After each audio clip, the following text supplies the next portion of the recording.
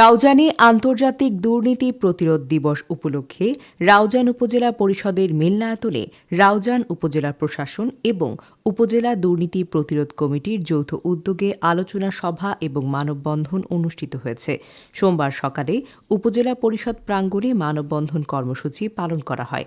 পরে উপজেলা পরিষদ সম্মেলন কক্ষে আয়োজিত আলোচনা সভায় রাউজান উপজেলা দুর্নীতি প্রতিরোধ কমিটির সভাপতি অধ্যক্ষ মাওলানা আবু জাফরের সভাপতিত্বে প্রধান অতিথি ছিলেন রাউজান উপজেলা নির্বাহী কর্মকর্তা অংজাই মারমা, দুর্নীতি প্রতিরোধ কমিটির সাধারণ সম্পাদক শিক্ষক সৈয়দ আহমেদের সঞ্চালনায় বিশেষ অতিথি ছিলেন সহকারী কমিশনার রিদওয়ানুল ইসলাম, প্রাণী সম্পদ কর্মকর্তা ড জয়িতা বসু, কৃষি কর্মকর্তা মাসুম কবির, রাউজান থানার ওসি তদন্ত নিজাম উদ্দিন, সমাজসেবা কর্মকর্তা মনির হোসেন, রাউজান উপজেলা প্রাথমিক শিক্ষা অফিসার আব্দুল কুদ্দুস, উপজেলা প্রকৌশলী আবুল কালাম, একাডেমিক সুপারভাইজার সজল চন্দ্র, রাউজান উপজেলা ইসলামিক ফাউন্ডেশনের সুপারভাইজার মোহাম্মদ মহিউদ্দিন, রাউজান প্রেস ক্লাবের সাবেক সভাপতি জাহিদুল আলম, সাবেক সভাপতি তৈয়ব চৌধুরী, সাংবাদিক হাবিবুর রহমান।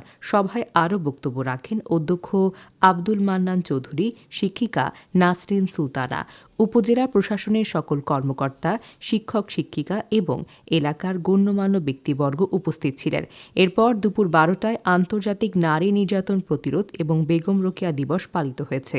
এতে 4 নারীকে জয়িতা সম্মাননা পুরস্কার হিসেবে ক্রেস্ট এবং সনদপত্র তুলে দেয় অতিথিবৃন্দরা।